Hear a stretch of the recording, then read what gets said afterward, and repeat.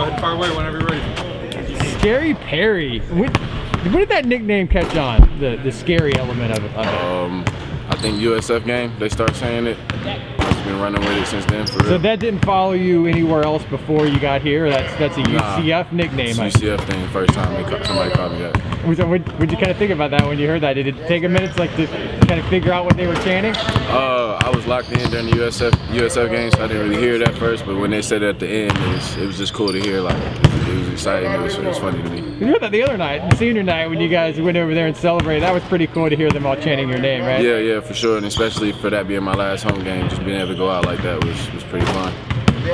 Last home game in the books, but now you have 2 road trips.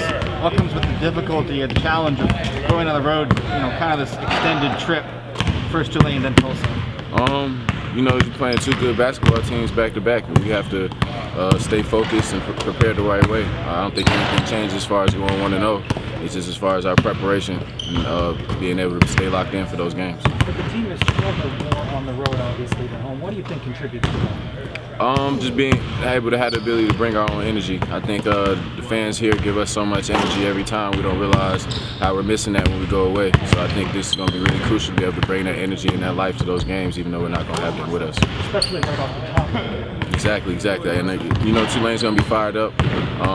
This is a game that's needed by both teams. And then we beat Tulane when they came here, so obviously they're going to be looking to beat us. So we have to go into that game ready for war. You kind of talk about that game obviously being important to both teams. I believe if you guys win, you can lock up a top 5 seed in the conference, which gets you the first round bye in the conference tournament. Obviously, if you want to win the tournament, it's really important not to play that extra game. So how important is it to potentially lock that up later this week? It's very important. It's very important. The mission stays the same, going 1-0, and even if the outcome isn't the right way, we still have to go 1-0. I don't think anything changes regardless, but we have to go up there with the right mindset for sure. What do you remember about Tulane when they were here and their style of play? They play really fast, really downhill, trying to attack us, trying to get us in foul trouble.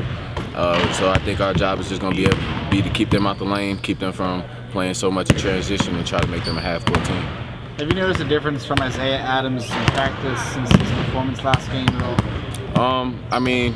You guys saw it last game, but I saw it weeks and weeks ago. I think a lot of things that players do not around the world, not even just here, go unnoticed a lot of times. So Isaiah's a really hard worker. I never put anything past him, so he's been having some really good practices, and it was only a matter of time before he had a good game. And this is a good example of you can't stop pushing in practice. You got to keep working through your issues and challenges. Right, and it's definitely difficult.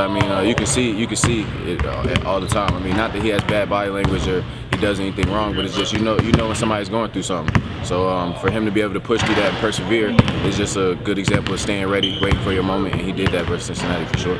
You guys are going to be on the road quite a bit here. You're going up to New Orleans, you're flying to Tulsa, you're not coming home. Then next week you're going to be at the conference tournament. What kind of a challenge is that? I know you've been through it, you're an older player, but when you're on the road so much and not able to come home and sleep in your own bed.